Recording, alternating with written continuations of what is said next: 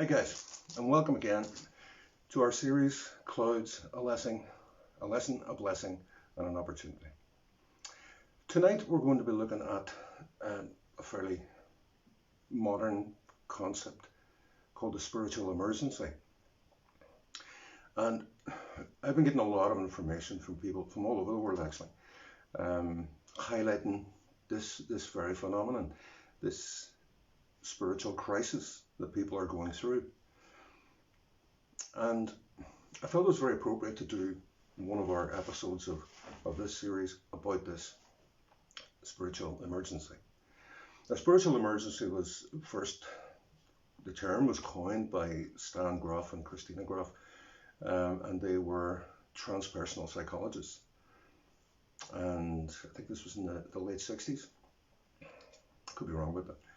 But their idea was that aside from mental health problems, difficulties, disorders, psychosis, there is a process that the mind and the body goes through to get to an awakened state, or a religious state, or a spiritual state.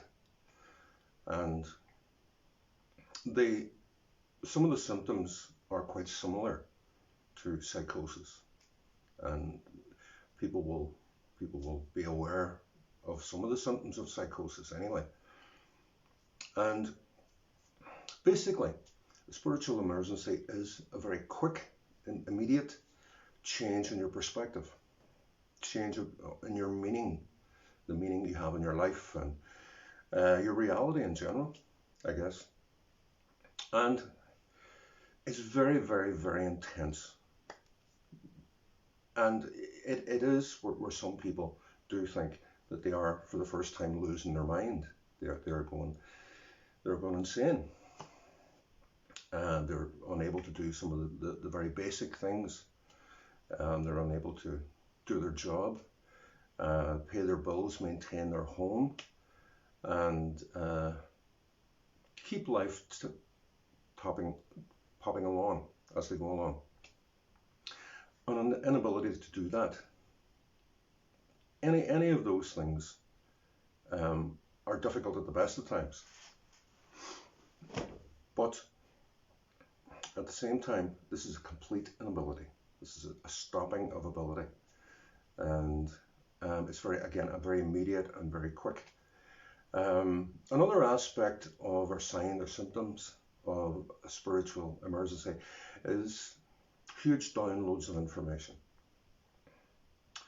And me personally, I went through a spiritual emergency back in, I think, 2010, and I was working away as a social worker, and then all of a sudden things stopped working there. I couldn't do my job, couldn't do some of the basic things at home, and I thought, my God, life is over now, and my life will change completely. And I was very fearful of that, because I'd worked very, very hard through university and whatever to get to that point where I was at. And it very much put me into a state of great fear, a state of great stress. And I think for me, one of the reasons that I felt that in this particular job, as anyone who does social work knows, is completely toxic and sometimes completely unmanageable. And the job for me then became even more unmanageable. So I felt I had to leave that, and did. And step in to this new information, these new downloads that I was receiving of a spiritual nature, and follow that through, and follow the way I was being guided through it. But still, throughout that process, I was unsure whether I was going absolutely crazy, or whether this was a sea change in my reality, in my understanding of the world and what's going on. My particular spirituality. Prior to this, I wasn't particularly spiritual. I'd always gravitated in that direction, and in one way or another. Firstly through religion, and then obviously through the shamanic path. and following that. And I think that was one of the initiating triggers for this spiritual emergency was my entrance into shamanism, discovering shamanism, and then journeying, connecting with the other worlds, the other realms of intelligence, or the big web of creation. And that's one of the things that you get in your downloads generally. Of course, everybody's different. Everybody's a different approach to this and a different take on this. But it's definitely leaving yourself open to receiving all this information. And that came through journey for me, obviously, in the beginning, and dreams and just knowing. I suppose for me, I would be more clairsentient than anything else. So it was all about feeling, and I felt this information.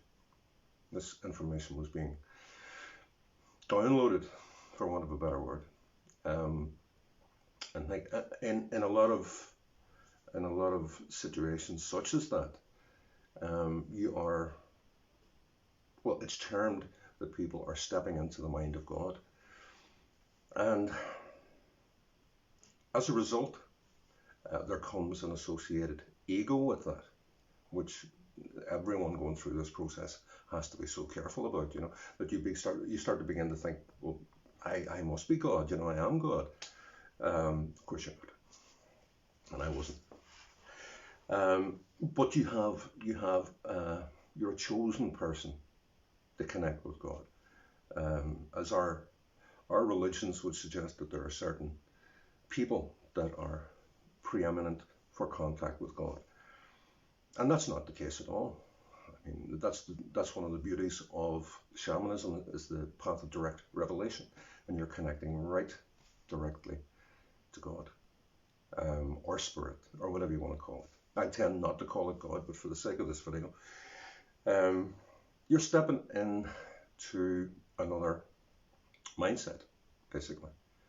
And this is classical throughout history. This has been documented through history, and many millions of people have gone through this. I think now at this particular moment, one of the triggers being this fearful environment that we're now in, of pandemic and lockdown and all the associated fears with that. It's that's a trigger for a lot of people, I think. They're now stepping into existential fear for their life, and how you react to that, I think, is key. Is key to how you're going to get through this process. You have to understand that when you're going through this process, you're unleashing the subconscious mind, and when you're journeying or meditating, you're dipping into your subconscious, and in doing that, you're bringing up all sorts of things which may not be pleasant, along with connecting with spirit and those associated gifts that you have already, and boosting those gifts. You're bringing up a lot of toxic trauma from your own past, perhaps past lives as well. And all this stuff is coming up, and it comes up with great intensity, very swiftly. And a lot of people, I guess, feel overwhelmed by that. You have to remember your subconscious is 95% of your mind, and your conscious mind is 5%. So there's so much more going on in your subconscious. In terms of, it's like an iceberg. The small part of the iceberg is above the water, but the huge part is below. It's like that. That's what the mind is like. And another aspect of symptoms of spiritual emergency is altered states of consciousness. So when you're connecting with this God mind, or this, I suppose in shamanism now I've come to understand that it's a big web of creation, a big web of energy that holds all things. And that's my view on it at the moment. And when you're connecting with that, you're altering your consciousness.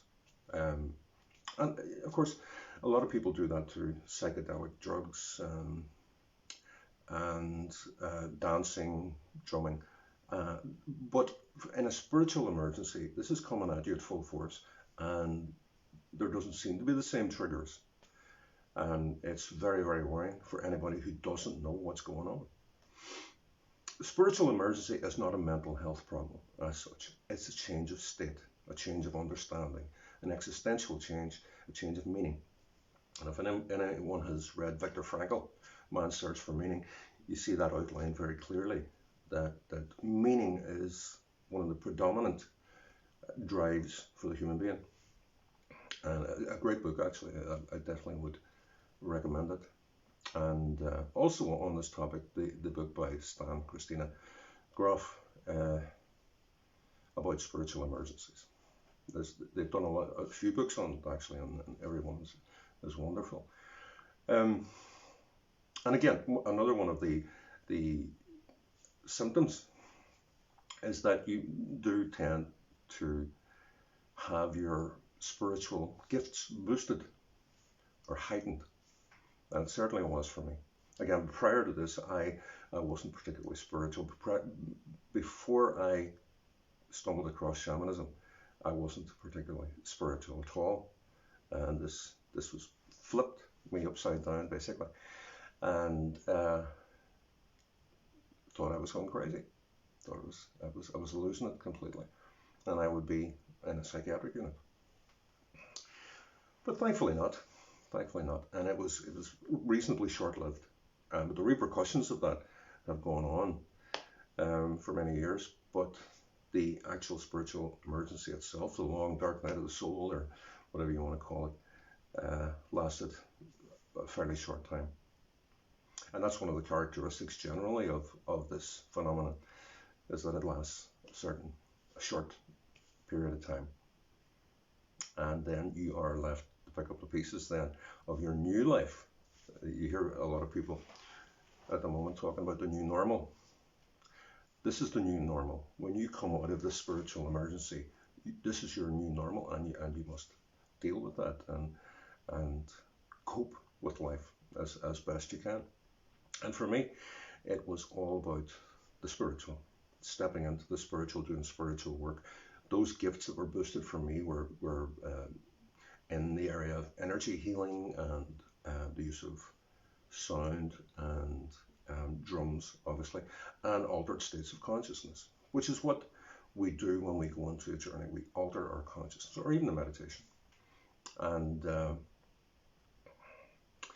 we are given an opportunity in this. It doesn't feel like that at the time. It feels like we've been dropped down a long dark hole.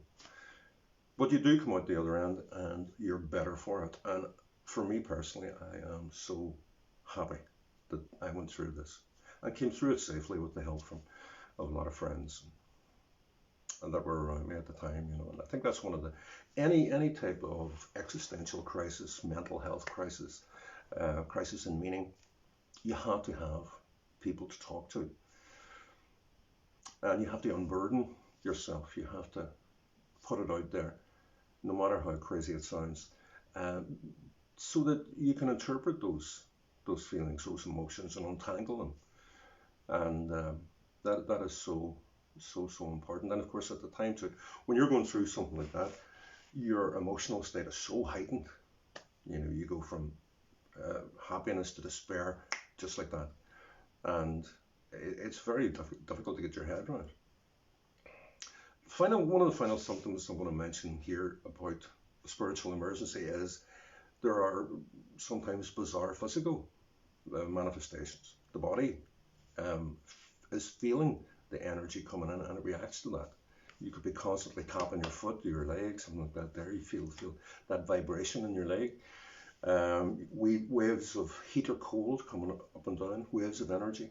You know, everyone's different, of course, but for this, I think it's been noticed that we acknowledge energy coming on board, and we feel that in our body, and our body moves and reacts in different ways. So it is a very, very debilitating time and experience, because basically what's happening in a lot of those situations is that your ego that you've built up for so many years is getting torn apart. And it needs to be torn apart, obviously, because You know, there's a lot of falsehoods around us. For instance, um, my big problem was with the church, with the government, the state, and all these false representatives that really I felt weren't saying anything to me. They were lining their own pockets and making sure that their particular organizations were maintained. And that was one of my great bugbears. And of course, when you come into a place of truth, then you see these things for what they are. You know, they're money-making ventures, power-making ventures, and you can't be really a part of that anymore, you know. So what do you do? What do you do basically when you're going through this spiritual crisis, spiritual search for meaning? Well, first of all, because the symptoms are so extreme and so heightened, you have to start with calming your body. Again, through meditation, breathing techniques, as I've mentioned before. The breathing techniques I usually use are breathe into the count of 4, hold for the count of 5, release for the count of 6, and hold then again for another 4, and then breathe in again for the count of 4. And repeat that, and that will bring down the body, the blood pressure, the heart rate, the breathing, all those sorts of things. It'll regulate that and keep it in a very good place. Because obviously, if you feel overwhelmed by all these things coming at you, all this new information, new perspective on yourself, it's very overwhelming. And when you're overwhelmed, that leads to fear, and then that initiates the fight or flight response, and then you're in a very difficult position altogether. You're going into panic attacks and anxiety and all those sorts of things.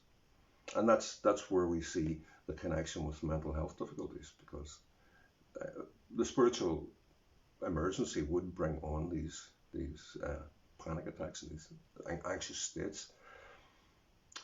But we have to know the difference. That's the thing. So meditation, journeying is fantastic, obviously, for calming the body, calming the mind. Go to your guides, ask for information about what's going on with you. Ask information about where you should go from there. Affirmations are very good. Talk to your body. Ask what's going on. What's going on with your heart rate? What's going on with your new view on the world? What's that all about? I'm not saying you're going to get answers, by the way, but to regulate yourself, ask the questions, and that's very, very helpful. And your guides, above and beyond all things and all people, your guides are one of the most important resources that you have during this spiritual emergency. And after all, it is them that has initiated this change in you, this new you, part 2, or whatever. So speak to your guides, ask them. They're there, you know. Go journey, go meditate, whatever you choose to do, however you choose to connect in. Ask them what's going on and how you may deal with that. You need to also ground yourself. It's very, very important to ground yourself and keep that sense of reality about you, because I mean your reality is all over the place with spiritual emergency. So it's good to keep your feet on the ground. Take off your shoes. Walk around in your bare feet. Put your hands on the earth. Touch the earth. Stones or rocks or anything. Plants also give off very, very good energy and a grounding energy. So have lots of plants around you, and that will feed your own personal energy. And all these things that are going on, all these fearful images that you may be getting, or fearful thoughts, observe them, note them. Okay, I'm feeling this now, and wait until they go, because they will go. when you're at that level of fear in this type of situation, then they're very, they're pretty short-lived, in terms of that. But don't make a judgment on. And I think that's what a lot of people do. Oh, I am going crazy. I am going insane. I'm losing my mind. That's not the case at all. You are awakening and rising up. And the difference between a spiritual awakening and a spiritual crisis or emergency is that it's so intense and so quick, and your world is flipped. When some people who don't go through spiritual emergencies would go on for years, awakening and awakening and awakening. But for those in crisis, their world is flipped. So don't judge it. Don't judge what's going on. Just acknowledge that it's there and it will go. And then calm yourself constantly. And for anything that is any mental activity that you're feeling difficulty with, you must speak to people about it. It's so important to do that and seek help. But I guess the right kind of help, not someone who's going to put you in a psychiatric ward and shoot you full of chemicals, but someone who is aware of spiritual emergencies. Shamanic practitioners are very, very good at this understanding this phenomenon, because one of the aspects of initiation into shamanism is a complete ripping apart of your ego and thrown into a spiritual emergency. So if you were to talk to anyone, I would suggest a shamanic practitioner about this. Your friends and family may not understand fully. They may push you in the direction of a psychiatrist. And always seek appropriate help, I think. And if it's necessary for you to take medication in the short term, then it's necessary. It'll get you over that bump. But long-term use of psychiatric medication is a definite no-no. I think negotiate that with your doctor. If the doctor is the only person that you have to go to, negotiate that and make your feelings felt about that. You know, what's your exit route for this therapy, you know, and make sure that you're both on the same mindset for that one, because a lot of medics do not understand this. A lot of psychiatrists don't understand it, although it is a category in the DSM-R. It's the Diagnostic and Statistical Manual for Mental Disorders. So it is mainstream. This has been noticed for so long in the professional realm as an actual psychiatric mental health condition. And they would, as they do, fire drugs at you. And that can be helpful in the short term, but very unhelpful in the long term. So that is something to be aware of. But seek help from friends, from loved ones, from anyone who you can confide in and you can be truthful with, and who won't be so dramatic as to send you off to the psychiatric hospital. So another aspect of spiritual emergencies is that your thoughts and feelings and emotions are all over the place. And again, try and bear in mind that they're all over the place because they've been in bad places before, and your understanding of your thoughts and feelings and emotions were not what they are now during this emergency. And bear that in mind. And have a look for the triggers around you. What is triggering this change, this flip in understanding? Think about where you're going with this as well.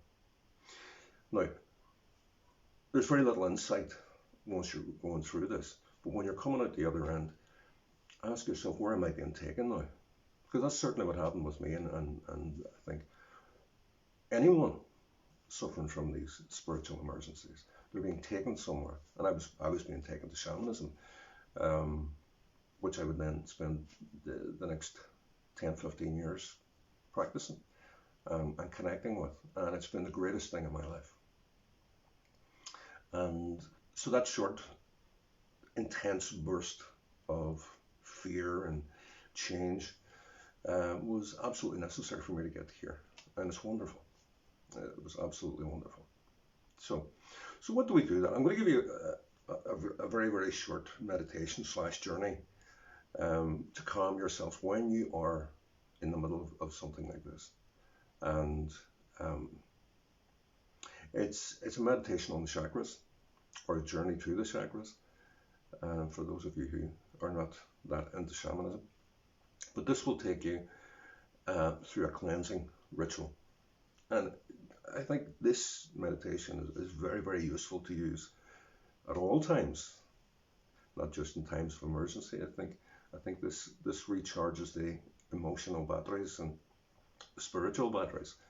So I'm going to use the drum again.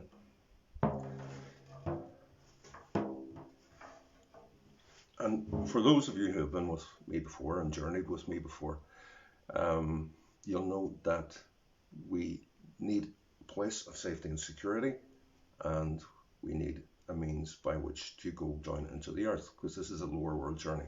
If it was an upper world journey, a ways to go up. But tonight, this is a lower world journey, and we're going into Mother Earth and the energies of the earth, of which we are one. So, begin the breathing. Breathe in for the count of 4. Fill your lungs to capacity. Hold that breath for the count of 4, and then release for the count of 4, completely expelling all the air out of your lungs. And carry on in that way. So, concentrate on the drum.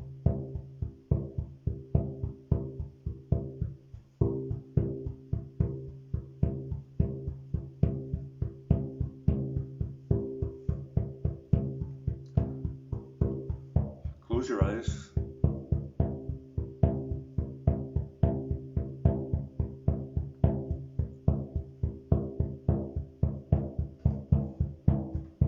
And visualize that place of safety and security.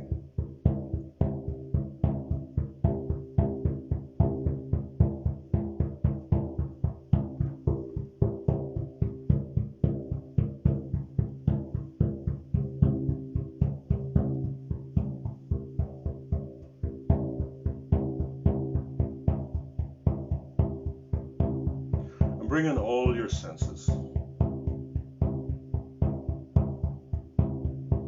Vision, look around you in this place.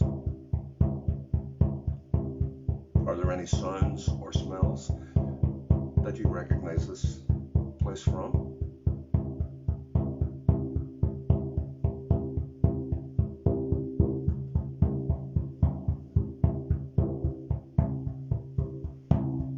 What's the temperature like in this place?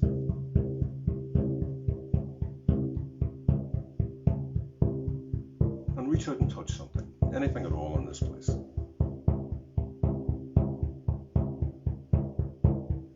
This will help you engage with the journey so much better.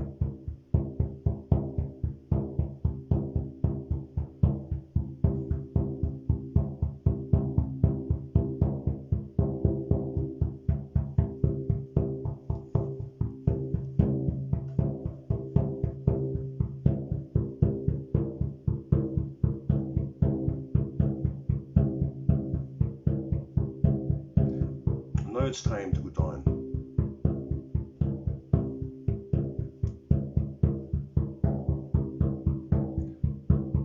And as you go down into the earth, notice all the layers.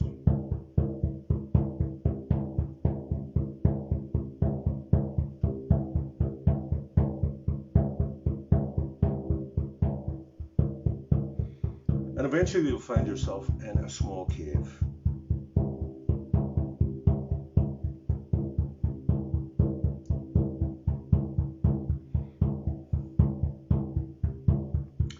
Get down onto the floor in this cave. Sit down cross-legged on the floor.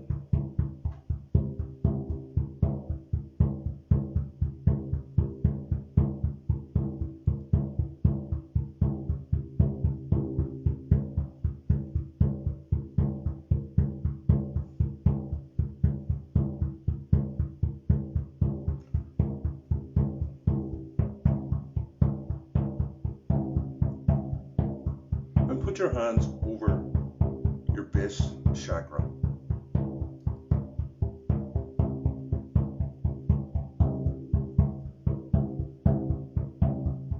Your base chakra is somewhere around your tailbone.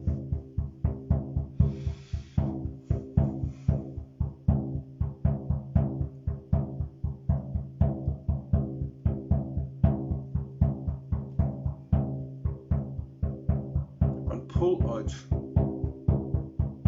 all that negative energy.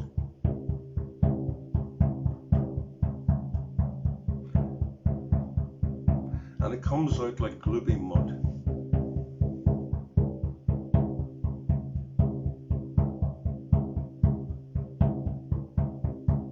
And the root chakra is all about living,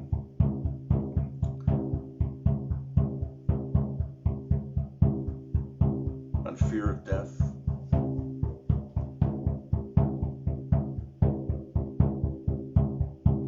And the primordial drive to stay alive. So pull out all that gloopy mud.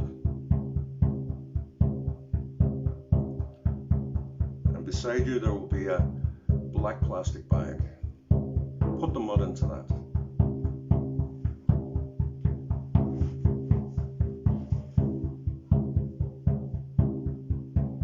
And move up to your sacral chakra.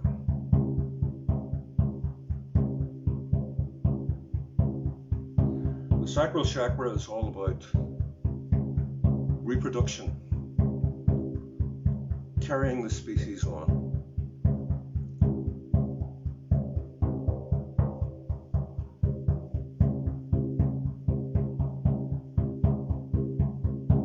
It's all about creativity. It's all about sexuality.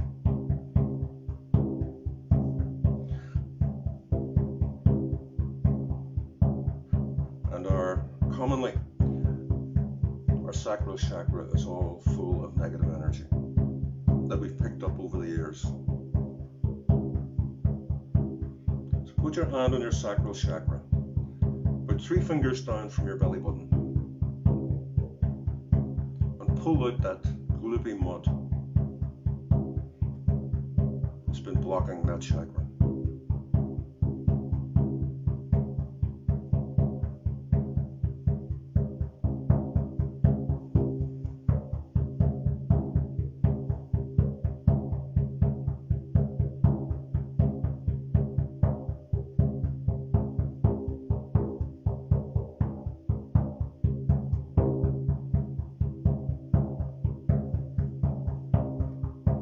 Put it in the bag.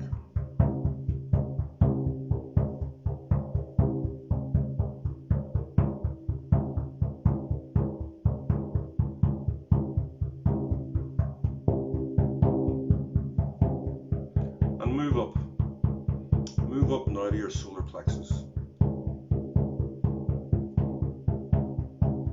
And this is the real center of fear.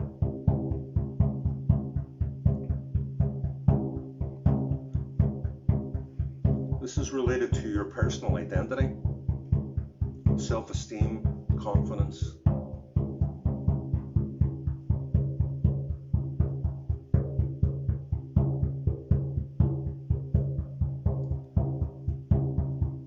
But it mostly holds fear out of any other chakra in the body. So pull out that gloopy mud again. Pull out that negative energy.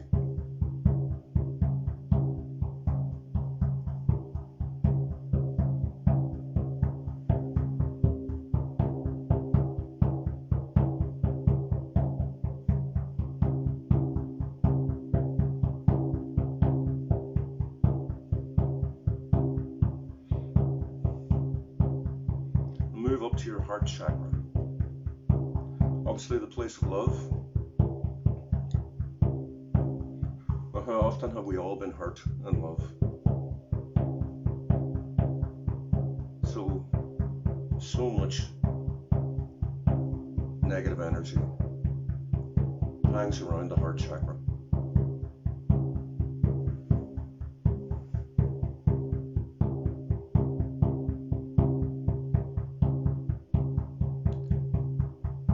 pull out that mud, put it in the bag.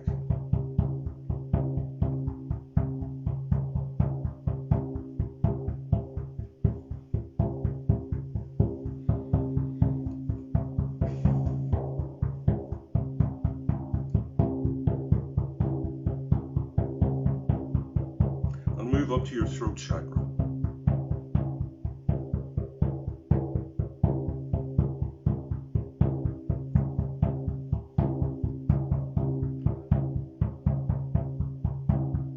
Again, pull out that negative energy. The throat chakra is related to speaking your truth, your honesty, and having the ability to speak your truth, the honesty required to really be truthful.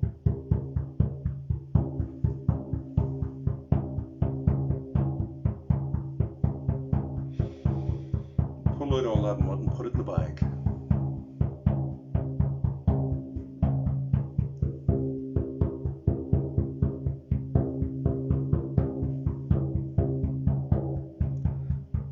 And go up to the third eye chakra. And the third eye chakra is involved with your perception. The perception of the world around you. In a spiritual emergency, this is full of negative energy.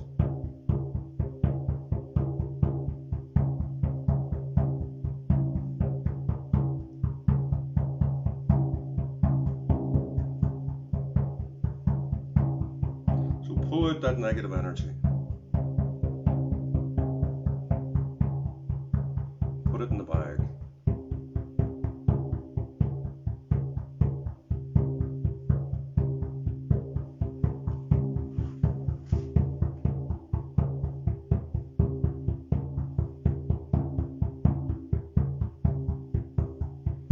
Move up to your crown chakra.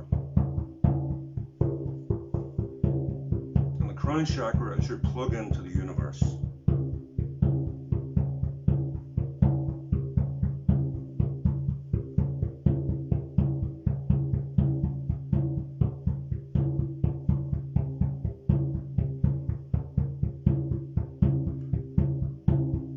And the belief and the understanding of the energy that's flowing through your body.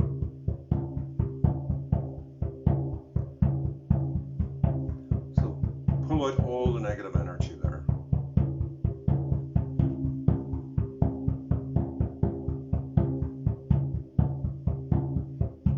Pull it out and put it in the bag.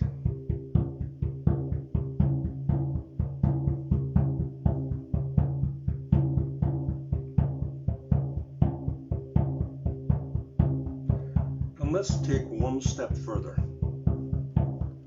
Up to our pole star chakra. Several inches above your head. Outside the body, but inside your luminous body. And in spiritual emergencies or crises, this is felt to be opening. And you're becoming aware of that luminous body that encircles you.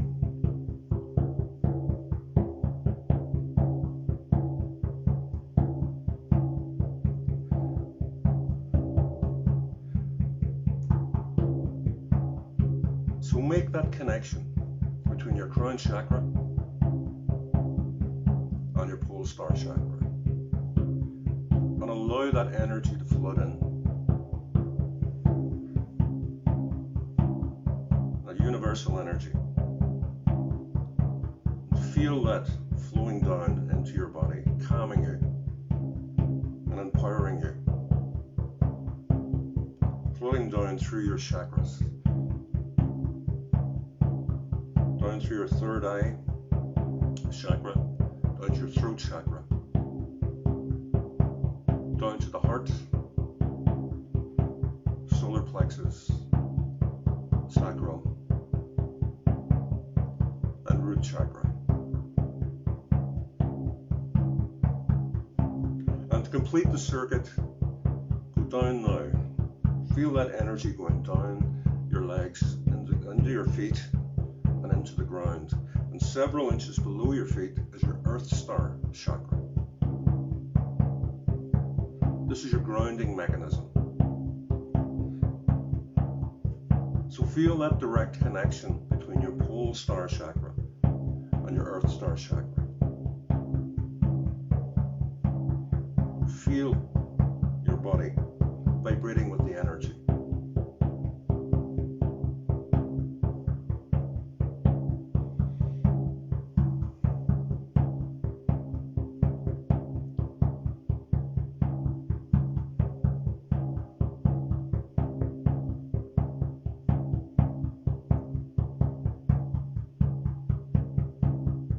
And now it's time to return to your place of safety and security. So in the same way that you came down, go back up. And again, bring in all your senses.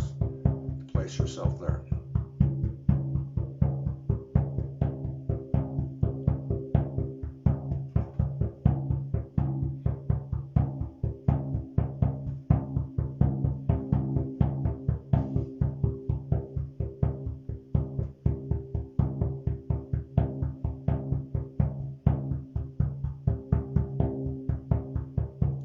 And now bring your consciousness back into your body.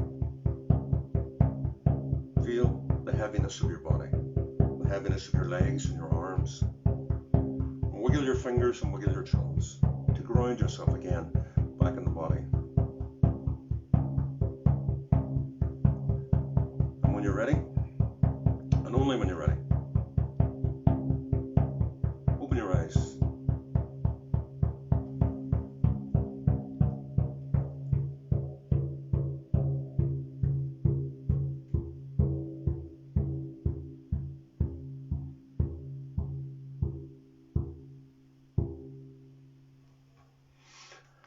I hope that was useful.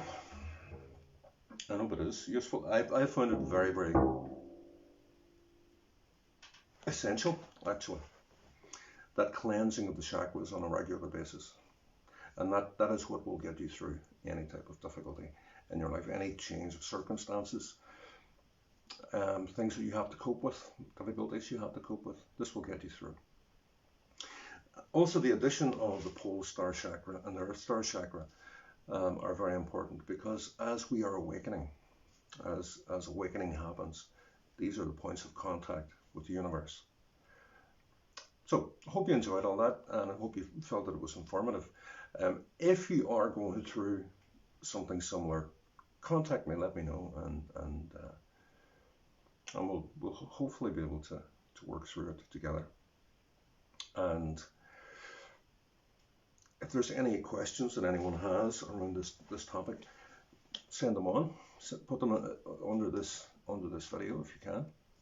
I hope to, when I'm putting this up on YouTube, I hope to be putting several phone numbers on them relating to helping bodies that may be useful if you're going through difficult times. Okay, guys, I'll be back next Sunday with another in the series Clouds, a lesson, a blessing, and an opportunity. Hope you can join us. Thanks.